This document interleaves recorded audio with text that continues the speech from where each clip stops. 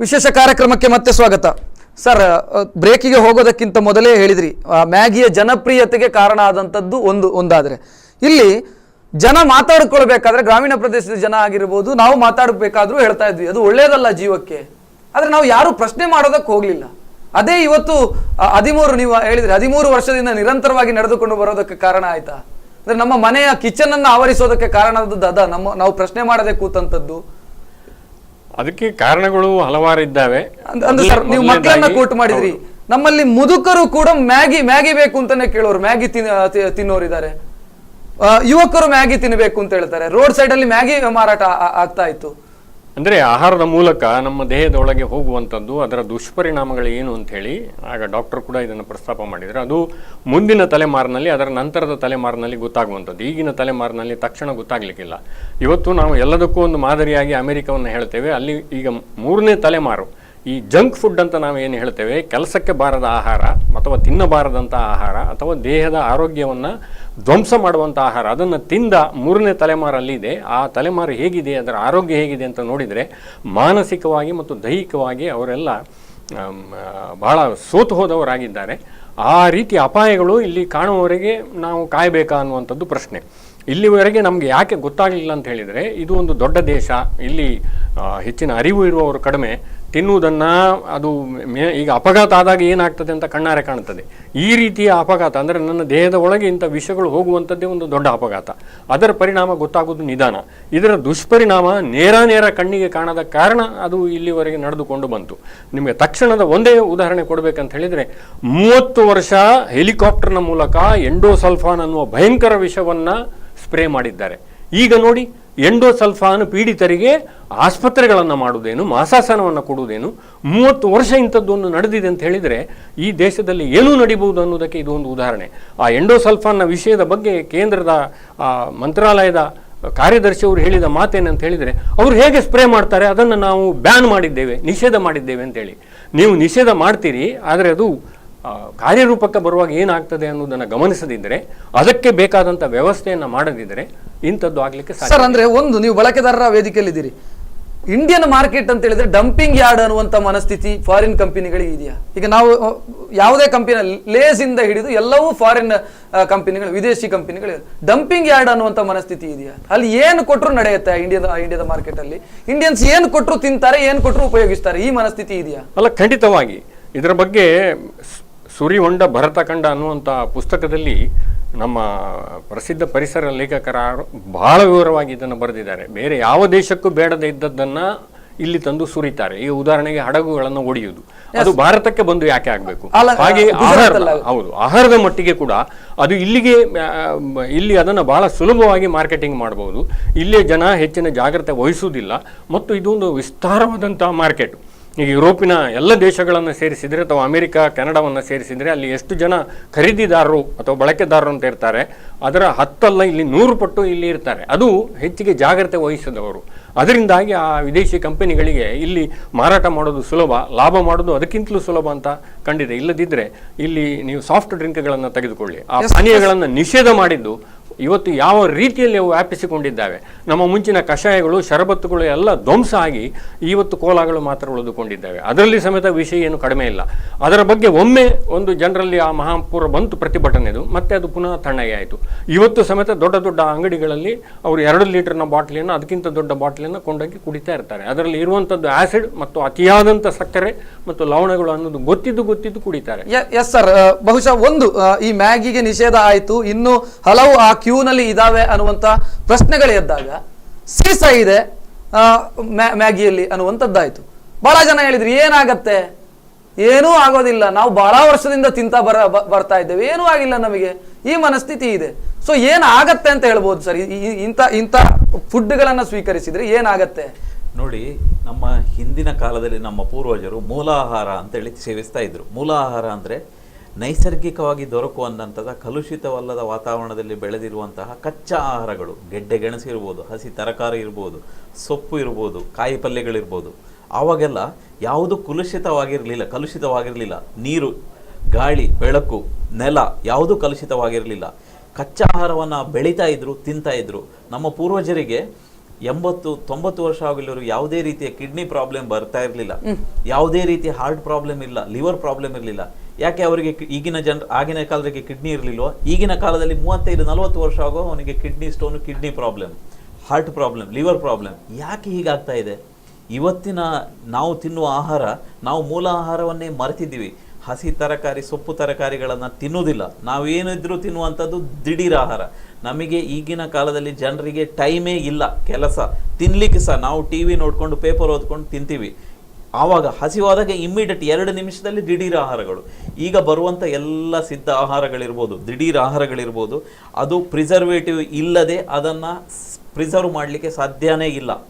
ಅದನ್ನು ಬಹುಕಾಲದವರೆಗೆ ಮಾರ್ಕೆಟ್ ಮಾಡುವಾಗ 6 ತಿಂಗಳು 1 ವರ್ಷದವರೆಗೆ ಅದನ್ನು ಹಾಳಾಗದಂತೆ, ಕೆಡವದಂತೆ ಇಡ್ಲಿಕ್ಕೆ ಪ್ರಿಸರ್ವೇಟಿವ್ ಹಾಕಿರ್ತಾರೆ. ಈ ಎಲ್ಲ ಪ್ರಿಸರ್ವೇಟಿವ್ ಇರ್ಬೋದು, ಇದೆಲ್ಲ ಕಾರ್ಸಿನೋಜನ್, ಕ್ಯಾನ್ಸರ್ ಕಾರಕ ವಸ್ತುಗಳು. ಲಿಮಿಟ್ ವೆರಿ ಮಿನಿಮಲ್ ಕ್ವಾಂಟಿಟಿನಲ್ಲಿ ಇರಬೇಕಾಗದ್ದು. ಅದನ್ನು ಹಾಳಾಗದಂತೆ ಅವರು ಜಾಸ್ತಿ, ತಾವು ಹೇಳಿದಾಗೆ ಇಂಡಿಯನ್ ಮಾರ್ಕೆಟ್ ಡಂಪಿಂಗ್ ಮಾರ್ಕೆಟ್, ಎಲ್ಲೂ ಬೇಡದನ್ನು ನಾವು ನೋಡಿರ್ಬೋದು. ಒಳ್ಳೆ ಪದಾರ್ಥ ಏನೋ ಬಂದಿದೆ ಅದನ್ನು ಎಕ್ಸ್ಪೋರ್ಟ್ ಕ್ವಾಲಿಟಿ ಅಂತ ಹೊರ ದೇಶಕ್ಕೆ ಕಳಿಸ್ತಾರೆ. ನಮ್ಮಲ್ಲಿ ಏನಿದ್ರು ಕಳಪೆ ಗುಣಮಟ್ಟದ ಎಲ್ಲ ವಸ್ತುಗಳನ್ನು ನಮ್ಮ ಮಾರ್ಕೆಟ್ನಲ್ಲಿ ಮಾಡ್ತಾರೆ. ಅದೇ ರೀತಿ ಈ ಸಿದ್ಧ ಆಹಾರಗಳಲ್ಲಿ ನಮ್ಮ ಇಂಡಿಯನ್ ಮಾರ್ಕೆಟಿಗೆ ಅಂತ ಬೇಡದನ್ನು ತಂದು ಡಂಪ್ ಮಾಡ್ತಾರೆ. ನಮಗೆ ಇಮಿಡಿಯೇಟ್ ಅದರ ರಿಸಲ್ಟ್ ಗೊತ್ತಾಗಿರುವುದಿಲ್ಲ. ಈ ಎಲ್ಲ ರೀತಿಯ ಕಾರ್ಸಿನೋಜನ್ ಇರುವಂತಹ ಅಂದ್ರೆ ಬಹಳ ಜನಕ್ಕೆ ಒಂದು ವಿಚಾರ ಇದೆ, ಏನಾಗತ್ತೆ, ಏನೂ ಆಗೋದಿಲ್ಲ, ಅದಕ್ಕಿಂತ ಕೆಟ್ಟದನ್ನ ನಾವು ತಿಂತೀವಿ, ಕುಡಿತೀವಿ, ಅದರಿಂದ ಏನಾಗತ್ತೆ ಅನ್ನುವಂಥದ್ದು ಒಂದು ಯೋಚನೆ ಇದೆ. ಒಬ್ರು ವೈದ್ಯರಾಗಿ ಏನೇನು ಹೇಳ್ತೀರಿ? ನೋಡಿ, ಈ ಎಲ್ಲ ಆಹಾರ ಪದಾರ್ಥಗಳಲ್ಲಿ ಇರುವಂತಹ ರಾಸಾಯನಿಕಗಳು ದಿನ ಬೆಳಗಾಗೋದ್ರೊಳಗಾಗಿ ತಮ್ಮ ಆರೋಗ್ಯವನ್ನು ಏನೂ ಮಾಡಲ್ಲ. ಆದರೆ over A period of time slowly ನಿಮ್ಮ ಜೀರ್ಣಾಂಗ ವ್ಯವಸ್ಥೆಯನ್ನು ಕಂಪ್ಲೀಟಾಗಿ ಹಾಳು ಮಾಡುತ್ತೆ. ನಿಮ್ಮ ದೇಹದ ಇಮ್ಯುನಿಟಿ ಅಂತ ಹೇಳ್ತೀವಿ, ರಕ್ಷಣಾ ವ್ಯವಸ್ಥೆಯನ್ನು ಕುಸಿಯುವಂತೆ ಮಾಡುತ್ತದೆ. ಈ ಎಲ್ಲ ಕೆಮಿಕಲ್ಸ್, ರಾಸಾಯನಿಕಗಳು ನಾವು ಆಹಾರ ಸೇವಿಸಿದ ಮೇಲೆ ರಕ್ತಕ್ಕೆ ಸೇರಿಕೊಳ್ತದೆ. ರಕ್ತದಿಂದ ಲಿವರಿಗೆ ಹೋಗುತ್ತೆ. ಲಿವರ್ ನಮ್ಮ ದೇಹದ ದೊಡ್ಡ ಕಾರ್ಖಾನೆ ಇದ್ದ ಹಾಗೆ.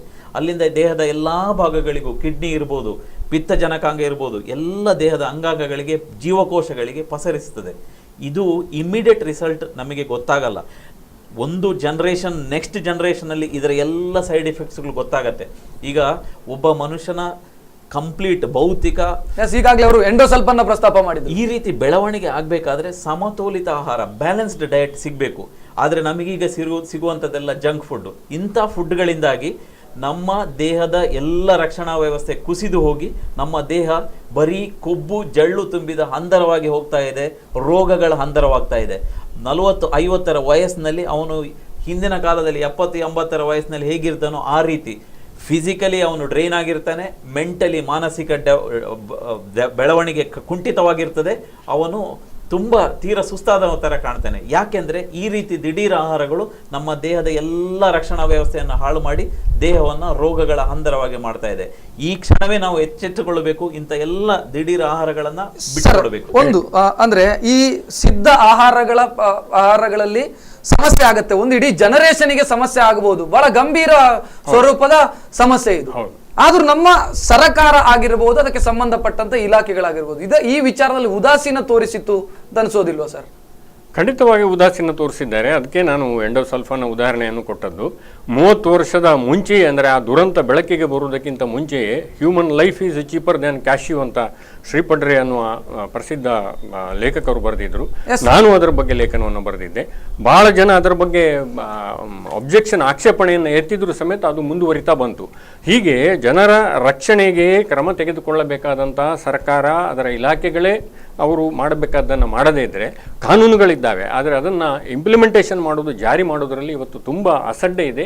ಮತ್ತು ಈಗ ಆಹಾರ ನಿರೀಕ್ಷಕರೇ ಇರಲಿ, ಯಾರಲ್ಲಿ ಎಷ್ಟು ಜನ ಇದ್ದಾರೆ, ಅವರ ಸಂಖ್ಯೆ ಕೂಡ ಕಡಿಮೆ ಇದೆ. ಮತ್ತು ಅವರ ಮೇಲೆ ತೆಗೆದುಕೊಳ್ಳುವಂತಹ ಆ ಕಾನೂನಿನ ಕ್ರಮಗಳು ಏನಿದ್ದಾವೆ, ಅಂದರೆ ತಪ್ಪು ಮಾಡಿದವರಿಗೆ ಅದು ಬಹಳ ದುರ್ಬಲವಾಗಿದೆ. ಒಂದು ಪ್ರಾಡಕ್ಟ್ ರೆಡಿಯಾಗಿ, ಒಂದು ಕಂಪನಿಯಲ್ಲಿ ಒಂದು ಪ್ರಾಡಕ್ಟ್ ರೆಡಿಯಾಗಿ ಅದನ್ನ ಮಾರ್ಕೆಟ್ಗೆ ಬಿಡಬೇಕು ಅಂತಂದ್ರೆ ಇದರಿಂದ ಆಗುವಂತ ಒಳ್ಳೆಯದು ಯಾವುದು, ಕೆಟ್ಟದ್ದು ಯಾವುದು ಅನ್ನುವಂಥ ಅಧ್ಯಯನ ನಡೆಯುವಂತ ವ್ಯವಸ್ಥೆಗಳು ಇದೆಯಾ ಇಲ್ಲಿ ನಮ್ಮ ದೇಶದಲ್ಲಿ ಸದ್ಯದ ಪರಿಸ್ಥಿತಿಯಲ್ಲಿ? ಈಗ ಯಾವುದೇ ಇಂಡಸ್ಟ್ರಿಯಲಿಸ್ಟ್, ನಾನೊಂದು ಏನೋ ಒಂದು ಪ್ರಾಡಕ್ಟ್ ಅನ್ನ ಮಾಡ್ತೀನಿ, ನಾಳೆ ದಿನ ಮಾರ್ಕೆಟ್ಗೆ ಬಿಡ್ತೀನಿ, ಇದನ್ನ ತನಿಖೆ ಮಾಡುವಂತದ್ದು, ಇದು ಈಗ ಕೊಡ್ತಾ ಇರುವಂತ ಪ್ರಾಡಕ್ಟ್ ನಲ್ಲಿ ಇಂಥ ಸಮಸ್ಯೆಗಳಿದಾವೆ, ಇದನ್ನು ತಿಳಿಸುವಂತ ವ್ಯವಸ್ಥೆಗಳಿದಾವ? ವ್ಯವಸ್ಥೆ ಇದೆ. ಈಗ ಉದಾಹರಣೆಗೆ ಮುಂಚಿನ prevention of food adulteration act ಅದರ ಬದಲಾಗಿ ಫುಡ್ ಸೇಫ್ಟಿ ಅನ್ನುವಂಥ ಕಾನೂನು ಬಂದಿದೆ, ಅದರ ನಿಯಮಾವಳಿಗಳು ಬಂದಿದ್ದಾವೆ.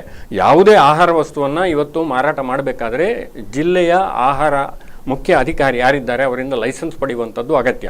ಈಗ ನಾವು ಮಂಗಳೂರಿನಂಥ ಒಂದು ಊರನ್ನೇ ತೆಗೆದುಕೊಂಡ್ರೆ ಇಲ್ಲಿ ಯಾವುದೇ ಮಾರ್ಕೆಟಿಗೆ ಹೋಗಿ ನಾವು ನೋಡಿದರೆ ಅಲ್ಲಿ ಇರುವಂತಹ ಮಾರಾಟಕ್ಕೆ ಇರುವ 100 ವಸ್ತುಗಳಲ್ಲಿ ಒಂದಕ್ಕೂ ಸಮೇತ ಇಂಥ ಒಂದು ಲೈಸೆನ್ಸನ್ನು ಪಡೆದಿರುವಂಥದ್ದು ಇರಲಿಕ್ಕಿಲ್ಲ.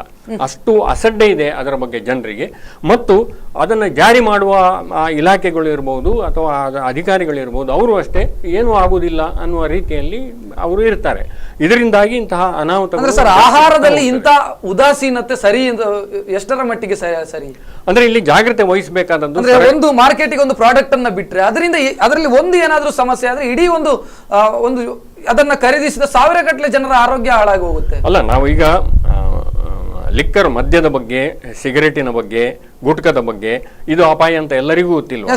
ಹಾಗಿರುವಾಗ ಅದನ್ನ ತಿಂದು ಈಗ ಒಂದು ಸಿಗರೇಟ್ನಿಂದ ಶುರು ಮಾಡಿದವನು ದಿವಸಕ್ಕೆ 10-20 ಸಿಗರೇಟಿಗೆ ಹೋಗ್ತಾನೆ.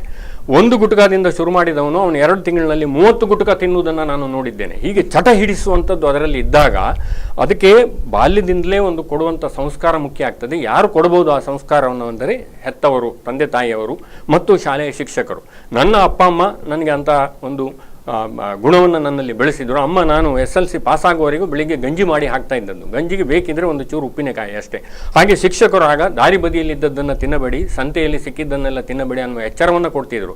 ಅದನ್ನು ನಾವು ಇವತ್ತು ಮತ್ತೆ ಮಕ್ಕಳ ಮನಸ್ಸಿಗೆ ಒಗ್ಗಿಸಿ ಅವರಲ್ಲಿ ಬೆಳೆಸಬೇಕು. ಆದರೆ ಇವತ್ತು ಈ ದೃಶ್ಯ ಮಾಧ್ಯಮ ಮತ್ತು ಆ ಪೀರ್ ಪ್ರೆಷರ್, ಅವರ ಒಟ್ಟಿಗೆ ಇರುವವರು, ಈಗ ನನ್ನ ಜೊತೆಗೆ ಕಲಿಯುವ ಒಬ್ಬ ಹುಡುಗ ಅಥವಾ ಹುಡುಗಿ ಮ್ಯಾಗಿ ತಂದು ತಿನ್ನುವಾಗ ಈ ಮಗುವಿಗೆ ತಿನ್ನಬೇಕು ಅನ್ನುವಂಥ ಆಸೆ ಆಗ್ತದೆ.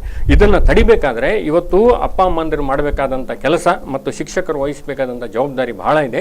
ಸರ್ಕಾರವನ್ನು ನಂಬಿಕೊಂಡು ಯಾವ ಪ್ರಯೋಜನವೂ ಇಲ್ಲ ಅಂತ ನಮಗೆ ಗೊತ್ತಾಗಿದೆ. ಎಸ್ ಸರ್, ನೀವು ಇಲ್ಲಿ ಮಂಗಳೂರಿನಲ್ಲಿ ಬಹಳಷ್ಟು ಪೇಷಂಟ್ಗಳನ್ನ ನೋಡ್ತೀರಿ. ನಾನು ಕೇಳುವಂಥದ್ದು, ಇಂಥ ಆರೋಗ್ಯ ಇದು ಆಹಾರ ಪದ್ಧತಿಯಿಂದಾಗಿ ಒಬ್ಬ ವ್ಯಕ್ತಿಯ ಜೀವ ಇದು ಆರೋಗ್ಯದ ಮೇಲೆ ಎಷ್ಟರ ಮಟ್ಟಿಗೆ ಎಫೆಕ್ಟ್ ಆಗುತ್ತೆ ಅನ್ನುವಂಥದ್ದು, ಆಹಾರ ಅಥವಾ ತಿನ್ನುವ ಆಹಾರ. ನೋಡಿ, ನಾನು ಈಗ ತಾನೇ ಹೇಳಿದೆ, ಈ ರೀತಿಯ ಆಹಾರ ಪದಾರ್ಥಗಳ ಜೀವನ ಶೈಲಿ ಮತ್ತು ಆಹಾರ ಪದ್ಧತಿಯಿಂದಾಗಿ ನಮ್ಮ ದೇಹದ ರಕ್ಷಣಾ ವ್ಯವಸ್ಥೆ ಇರ್ಬೋದು, ಆ ದೇಹದ ಆರೋಗ್ಯ ಇರ್ಬೋದು, ಕಡಿಮೆ ಪ್ರಾಯದಲ್ಲಿ, ಎಳವಿನ ಪ್ರಾಯದಲ್ಲಿ ಈ ದೇಹದ ಆರೋಗ್ಯದ ಸ್ಥಿತಿ ಹದಗೆಡುತ್ತದೆ. ಮೊದಲಿನ ರೀತಿಯಲ್ಲಿ ನಾವು ಈಗಿನ ಪೇಷಂಟ್ಗಳನ್ನ ನೋಡೋದು ಕ್ರಮೇಣ ಒಂದು 10-20 ವರ್ಷಗಳಲ್ಲಿ ಮೊದಲು 40-50-60ರಲ್ಲಿ ಆಗುತ್ತಿದ್ದ ಹೃದಯಾಘಾತ ಇವತ್ತು 30-40ರಲ್ಲಿ ಆಗ್ತಾ ಇದೆ. ಅಂದ್ರೆ ನೀವು ಆ ಸೈಡ್ ಎಫೆಕ್ಟ್ ಗಳನ್ನ ನೋಡ್ತಾ ಇದ್ದೀರಾ ಸರ್? ಈಗಿನ ಜನರೇಷನ್ ಆ ಸೈಡ್ ಎಫೆಕ್ಟ್ ಅನ್ನ, ಈ ಆಹಾರವನ್ನ ಸ್ವೀಕರಿಸಿದ ಸೈಡ್ ಎಫೆಕ್ಟ್ ಅನ್ನು ನೋಡ್ತಾ ಇದ್ದೀರಾ? ಖಂಡಿತವಾಗಿಯೂ ಸಹ ಡಯಾಬಿಟಿಸ್ ಇರ್ಬೋದು, ಹೈಪರ್ ಟೆನ್ಷನ್, ಅಧಿಕ ರಕ್ತದೊತ್ತಡ ಇರ್ಬೋದು, ಕಿಡ್ನಿ ಪ್ರಾಬ್ಲಮ್ ಇರ್ಬೋದು, ಲಿವರ್ ಪ್ರಾಬ್ಲಮ್ ಇರ್ಬೋದು, ಓಲ್ಡ್ ಏಜ್ ನಲ್ಲಿ ಇರಬೇಕಾಗದ್ದು ಸಣ್ಣ ಪ್ರಾಯದಲ್ಲೇ ಕಾಣಿಸ್ಕೊಳ್ತಾ ಇದೆ. ಯಾಕೆ ಇದು ಈ ರೀತಿ ಆಗ್ತಾ ಇದೆ? ತಮಗೊಂದು ಸಿಂಪಲ್ ಎಕ್ಸಾಂಪಲ್ ಕೊಡ್ತೇನೆ. ನಮ್ಮ ವಿಶ್ವದ ಹಿರಿಯಣ್ಣ ಅಂತ ಹೇಳಿ ಅಮೆರಿಕನ್ನ ನಾವೆಲ್ಲ ಹೇಳ್ತೇವೆ. ತಮಗೆ ಒಂದು ವಿಚಾರ ಹೇಳ್ತೇನೆ. ಅಮೆರಿಕಾದಲ್ಲಿ ಎವರೇಜ್ ಕೊಲೆಸ್ಟ್ರಾಲ್ ಲೆವೆಲ್ ಪ್ರತಿಯೊಬ್ಬ ಅಮೆರಿಕನ್ರಿಗೂ 250ಕ್ಕಿಂತ ಜಾಸ್ತಿ ಇದೆ. ಎವರೇಜ್ ಕೊಲೆಸ್ಟ್ರಾಲ್ ಇದೆ. ಯಾಕೆ? ಅವರು ತಿನ್ನುವ ಆಹಾರ, ಅವರ ಜೀವನ ಶೈಲಿ. ಅದೇ ನೀವು ಜಪಾನ್ ದೇಶವನ್ನು ತಗೊಳ್ಳಿ. ಜಪಾನ್ ದೇಶದಲ್ಲಿ ಎವರೇಜ್ ಕೊಲೆಸ್ಟ್ರಾಲ್ 100ಕ್ಕಿಂತಲೂ ಕಡಿಮೆ ಇದೆ. ಅದು ಹೆಲ್ದಿ. ಯಾಕೆಂದ್ರೆ ಅವರು ತಿನ್ನುವ ಆಹಾರ, ಅವರ ಜೀವನ ಶೈಲಿ ಆ ರೀತಿ ಇದೆ. ನಾವು ಈ ಪರಿ ನಾವು ನಮ್ಮ ಮಕ್ಕಳು, ನಮ್ಮ ಎಲ್ಲರೂ ನಾವು ತಿನ್ನುವ ಪರಿ ನೋಡಿದ್ರೆ ಬಹುಶಃ ಇನ್ನೊಂದು 10 ವರ್ಷದಲ್ಲಿ ನಮ್ಮ ಎಲ್ಲ ಭಾರತೀಯರ ಕೊಲೆಸ್ಟ್ರಾಲ್ ಲೆವೆಲ್ 300 ದಾಟ್ತದೆ. ಕೊಲೆಸ್ಟ್ರಾಲ್ ಜಾಸ್ತಿ ಆದಂಗೆ ಹೃದಯಾಘಾತ ಆಗುವ ಸಂಖ್ಯೆ ಜಾಸ್ತಿ ಆಗ್ತದೆ. ಎಸ್, ನೌರು ಐಲ್ಯಾಂಡ್ ಅನ್ನುವಂತ ಒಂದು ಪ್ರದೇಶ, ಬಹುಶಃ ಅಲ್ಲೂ ಕೂಡ ಇದೆ. ಪಿಜ್ಜಾ ಬರ್ಗರ್ ಅನ್ನ ತಿಂದು ಅಲ್ಲಿನ ಜನರೆಲ್ಲ ಸ್ಥೂಲಕಾಯರಾಗಿದ್ದಾರೆ. ಇಂಥದೇ ಹಾದಿಯಲ್ಲಿ ಇದೇವ ನಾವು? ಹಾಗಾದ್ರೆ ಖಂಡಿತವಾಗ್ಲೂ ಸಹ ನಾವು ಇದೇ ರೀತಿಯೇ ಈ ಜಂಕ್ ಫುಡ್ ಗಳನ್ನ ತಿಂತಾ ಇದ್ರೆ, ಬರೀ ಕೊಬ್ಬು ಲವಣಗಳನ್ನ ತಿಂತಾ ಇದ್ರೆ ನಮ್ಮ ದೇಹದಲ್ಲಿ ಕೊಬ್ಬು ಶೇಖರಣೆ ಆಗ್ತದೆ, ಕೊಲೆಸ್ಟ್ರಾಲ್ ಜಾಸ್ತಿ ಆಗ್ತದೆ. ಖಂಡಿತವಾಗ್ಲೂ ಸಹ 20-30ರಲ್ಲಿ ಸಣ್ಣ ಮಕ್ಕಳಿಗೆ ಸಹ ಹೃದಯಾಘಾತ ಆಗುವ ದಿನಗಳು ದೂರವಿಲ್ಲ. ನಾವು ಈ ಕ್ಷಣದಲ್ಲಿ ಎಚ್ಚೆತ್ತುಕೊಂಡು ಈ ಎಲ್ಲ ರೀತಿಯ ಜಂಕ್ ಫುಡ್ಗಳನ್ನು ಅವಾಯ್ಡ್ ಮಾಡಬೇಕು. ಶಾಲೆಯ ಸುತ್ತಮುತ್ತ ರೂಲೇ ಇದೆ, 500 ಯಾರ್ಡ್ಗಳ ಅಕ್ಕಪಕ್ಕ ಶಾಲೆಯ ಸುತ್ತ ಯಾವುದೇ ರೀತಿಯ ಸಿದ್ಧ ಆಹಾರಗಳನ್ನು ಮಾರಾಟ ಮಾಡುವ ಹಾಗಿಲ್ಲ ಅಂತ. ಎಷ್ಟರ ಮಟ್ಟಿಗೆ ಇದು ಇಂಪ್ಲಿಮೆಂಟ್ ಆಗಿದೆ? ನಾವೆಲ್ಲ ಹೆತ್ತವರಿರ್ಬೋದು, ಶಾಲೆ ಪೋಷಕರಿರ್ಬೋದು, ಶಿಕ್ಷಕರಿರ್ಬೋದು, ಈ ನಿಟ್ಟಿನಲ್ಲಿ ರಚನಾತ್ಮಕವಾಗಿ ಆಲೋಚನೆ ಮಾಡಿ ಎಲ್ಲ ರೀತಿಯ ಸಹಕಾರ ನೀಡಿ, ಆಡಳಿತ ವರ್ಗಕ್ಕೂ ಸಹಕಾರ ನೀಡಿ ಇಂಪ್ಲಿಮೆಂಟ್ ಮಾಡಿದರೆ ಮಾತ್ರ. ಸೊ ಈಗ ಆಗ್ತಾ ಇರುವಂತ ಬೆಳವಣಿಗೆ ಏನಿದೆ, ರಾಷ್ಟ್ರ ಮಟ್ಟದಲ್ಲಿ ಆಗ್ತಾ ಇರುವಂತ ಬೆಳವಣಿಗೆ ಇದು ಒಳ್ಳೇದು ಅಂತ ಅನ್ಸುತ್ತೆ. ಖಂಡಿತವಾಗ್ಲೂ ಜನ ಎಚ್ಚೆತ್ತುಕೊಂಡಿದ್ದಾರೆ. ಜನ ಒಮ್ಮೆ ಎಚ್ಚೆತ್ತುಕೊಂಡ್ರೆ ಖಂಡಿತ ಇದು ಒಂದು ಒಳ್ಳೆ ಬೆಳವಣಿಗೆ. ಜನರಿಗೆ ಗೊತ್ತಾಗಿದೆ ಈಗ ಹೆತ್ತವರು ಮ್ಯಾಗಿ ಕೊಡ್ಲಿಕ್ಕೆ ಹೋಗೋದೇ ಇಲ್ಲ, ಆ ರೀತಿ ಒಂದು ಸಂಚಲನ ಉಂಟಾಗಿದೆ. ಶಾಲೆಯಲ್ಲೂ ಸಹ ಶಾಲೆ ಶಿಕ್ಷಕರು ಹೇಳಲಿಕ್ಕೆ ಶುರು ಮಾಡಿದ್ದಾರೆ, ಫಾಸ್ಟ್ ಫುಡ್ ತರಬೇಡಿ, ಮನೆಯಿಂದ ಅಮ್ಮ ಮಾಡಿದ ಇಡ್ಲಿ ತನ್ನಿ, ದೋಸೆ ತನ್ನಿ ಅಂತ ಹೇಳಲಿಕ್ಕೆ ಶುರು ಮಾಡಿದ್ದಾರೆ. ಇದು ಒಳ್ಳೆ ಬೆಳವಣಿಗೆ ಅಂತ ಅನಿಸ್ತಾ ಇದೆ. ಈಗ ನಡೀತಾ ಇರುವಂತ ಚರ್ಚೆ ಆಗಿರ್ಬೋದು, ಇಡೀ ದೇಶದಲ್ಲಿ ಚರ್ಚೆ ಆಗ್ತಾ ಇದೆ. ಈ ಚರ್ಚೆ ಮುಂದುವರಿಬೇಕು. ಮತ್ತೆ ಇಂಥ ವಿಷಯಗಳ ಬಗ್ಗೆ ಚರ್ಚೆಗಳಾಗಬೇಕು. ಜನ ಪರಿಶೀಲನೆ ಮಾಡಿ, ಯಾವುದನ್ನೇ ತಿನ್ನುವುದಕ್ಕಿಂತ ಮುಂಚೆ ಪರಿಶೀಲನೆ ಮಾಡಿ ತಿನ್ನುವಂಥ ಒಂದು ಅಭ್ಯಾಸವನ್ನು ಬೆಳೆಸಿಕೊಳ್ಬೇಕು. ಮಕ್ಕಳಿಗಂತೂ ನಾವು ಮತ್ತೆ ಹೇಳಬೇಕಾಗ್ತದೆ, ಯಾಕೆಂದರೆ ಅವರು ಮುಗ್ಧರು. ಆಯಿತಾ, ಈ ಬೆಳವಣಿಗೆಯಿಂದಾಗಿ ಒಳ್ಳೆಯ ಆಹಾರವನ್ನು ತೆಗೆದುಕೊಳ್ಳುವುದರ ಬಗ್ಗೆ ನಾವು ಮರೆತು ಬಿಟ್ಟಂತಹ ನಮ್ಮ ದೇಶೀಯ ಆಹಾರಗಳನ್ನು ನಾನು ಆಗಲೇ ಹೇಳಿದೆ, ಪಾನಕ ಇರ್ಬೋದು, ಶರಬತ್ ಇರ್ಬೋದು, ನಮ್ಮ ಸ್ಥಳೀಯ ಅಕ್ಕಿಗಳಿಂದ ಮಾಡಿದಂತಹ ಗಂಜಿ ಇರ್ಬೋದು, ಇದನ್ನೆಲ್ಲ ತಿನ್ನುವುದರ ಬಗ್ಗೆ ತಂಬುಳಿಗಳಿರ್ಬೋದು ನಮ್ಮಲ್ಲಿ ಎಚ್ಚರ ಬರಲಿ.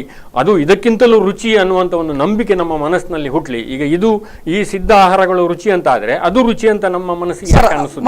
ಮತ್ತೊಂದು ವಿಚಾರ ಇದೆ ಇಲ್ಲಿ. ಬಹುಶಃ ಮ್ಯಾಗಿ ಆಗಿರ್ಬೋದು, ಉಳಿದ ಸಿದ್ಧ ಆಹಾರಗಳಾಗಿರ್ಬೋದು, ಸರ್ಕಾರ ಹೇಳ್ತಾ ಇದೆ ಅದರಲ್ಲಿ ಸಮಸ್ಯೆ ಇದೆ. ಆದ್ರೆ ಆ ಕಂಪನಿ ತನ್ನ ನಿರ್ಲಜ್ಜತೆಯನ್ನು ತೋರಿಸ್ತಾ ಇದೆ, ಇಲ್ಲ ನಮ್ಮಲ್ಲಿ ಸಮಸ್ಯೆಯೇ ಇಲ್ಲ. ಈ ನಿರ್ಲಜ್ಜತೆಗೆ ಏನು ಹೇಳ್ತೀರಿ ನೀವು? ಅದು ಜಾಗತಿಕವಾಗಿ ಗೊತ್ತಿರುವಂಥ ಸತ್ಯ. ದೆಹಲಿಯ ಹೈಕೋರ್ಟು ಶಾಲೆಯ ಅಕ್ಕಪಕ್ಕ ಏನನ್ನ ಮಾರಾಟ ಮಾಡಬಹುದು, ಶಾಲಾ ಮಕ್ಕಳಿಗೆ ಯಾವ ಆಹಾರ ಕೊಡಬೇಕು ಅನ್ನೋದ್ರ ಬಗ್ಗೆ ಅಧ್ಯಯನ ಮಾಡಿ ವರದಿ ಕೊಡಲಿಕ್ಕೆ ಒಂದು ಸಮಿತಿಯನ್ನು ಮಾಡಿದ್ದಾರೆ. ಆ ಸಮಿತಿಯಲ್ಲಿ ಈ ಅಂತಾರಾಷ್ಟ್ರೀಯ ಕಂಪನಿಗಳ ಪ್ರತಿನಿಧಿಗಳು ಇದ್ದಾರೆ. ಅವರಲ್ಲಿ ಮಂಡಿಸುವಂಥ ವಾದ ಏನು ಗೊತ್ತುಂಟ? ಜಂಕ್ ಫುಡ್ ಅಂತ ಯಾವುದೂ ಇಲ್ಲ ಅಂತ. ಇಷ್ಟು ಸೊಕ್ಕಿನಿಂದ ಇಷ್ಟು ಅಸಂಬದ್ಧವಾಗಿ ಮಾತಾಡುವವರು ಅವರ ಕೆಲಸವನ್ನು ಮಾಡಿಕೊಂಡೇ ಹೋಗ್ತಾರೆ. ಈಗ ಲೈಯಿಂಗ್ ಲೋ ಅಂತೇಳಿ ಸ್ವಲ್ಪ ತಣ್ಣಗಿರ್ತಾರೆ, ಮತ್ತೆ ಪುನಃ ಅವರ ಮಾರಾಟ ತಂತ್ರಗಳನ್ನು ಇದಕ್ಕಿಂತಲೂ ಹೆಚ್ಚಿನ ರೀತಿಯಲ್ಲಿ ಪ್ರಭಾವಶಾಲಿಯಾಗಿ ಅವರು ತರುವುದೇ ಖಂಡಿತವಾಗಿರ್ತದೆ. ಅದಕ್ಕೆ ನಾವು ಸಿದ್ಧರಾಗಿರ್ಬೇಕು. ಅಂದ್ರೆ ಸರ್, ಆತಂಕ ಅಂದ್ರೆ ಈ ಹಿಂದೆ ಕೂಲ್ ಡ್ರಿಂಕ್ಸ್ ಗಳ ಮೇಲೆ ನಿಷೇಧ ಹೇರುವಂತ ಕೆಲಸ ಆಗಿತ್ತು. ಸ್ವಲ್ಪವೇ ಸಮಯದಲ್ಲಿ ಅದು ಮತ್ತೆ ಕೂಲ್ ಡ್ರಿಂಕ್ಸ್ ಆರಂಭ ಆಯಿತು. ಸೊ ಇಲ್ಲಿ ಸಹ ಅದೇ ಆತಂಕ ಇರುವಂತದ್ದು. ನಾಳೆ ದಿನ ಮತ್ತೆ ಮ್ಯಾಗಿ ಆರಂಭ ಆಗಿಬಿಡ್ಬೋದಾ ಮಾರ್ಕೆಟ್ ಅಲ್ಲಿ? ಕರ್ನಾಟಕ ಸರ್ಕಾರ ಹೇಳ್ತಾ ಇದೆ ಅದ್ರಲ್ಲಿ ಸಮಸ್ಯೆ ಇಲ್ಲ ಅಂತ. ಕರ್ನಾಟಕ ಸರ್ಕಾರ ಒಂದು ಸರ್ಕಾರ ಇಲ್ಲ ಅಂತ ಹೇಳ್ತಾ ಇದ್ರೆ, ಕೇಂದ್ರ ಸರ್ಕಾರ ಇದೆ ಅಂತ ಹೇಳ್ತಾ ಇದೆ.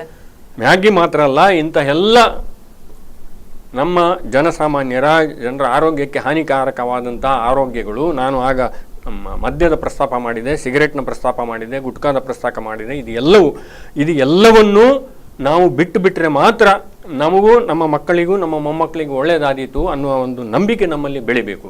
ನಮ್ಮ ದೇಸಿ ಆಹಾರಗಳಿದ್ದಾವೆ ಅದನ್ನೇ ನಾವು, ಮತ್ತು ಸಾವಯವದ ಆಹಾರಗಳಿದ್ದಾವೆ ಅದನ್ನೇ ನಾವು ಹೆಚ್ಚೆಚ್ಚು ತಿಂದು ಅದರಿಂದ ನಮ್ಮ ಆರೋಗ್ಯವನ್ನು ರಕ್ಷಣೆ ಮಾಡಿಕೊಂಡು ಆಸ್ಪತ್ರೆಗಳಿಗೆ ಹೋಗದಂಥ ರೀತಿಯಲ್ಲಿ ನಾವು ಬದುಕಬೇಕು. ಇಮ್ಯುನಿಟಿ ಸಿಸ್ಟಮ್ ಅಂತೇಳಿ ಡಾಕ್ಟರ್ ಮತ್ತೆ ಹೇಳ್ತಾ ಇದ್ರು.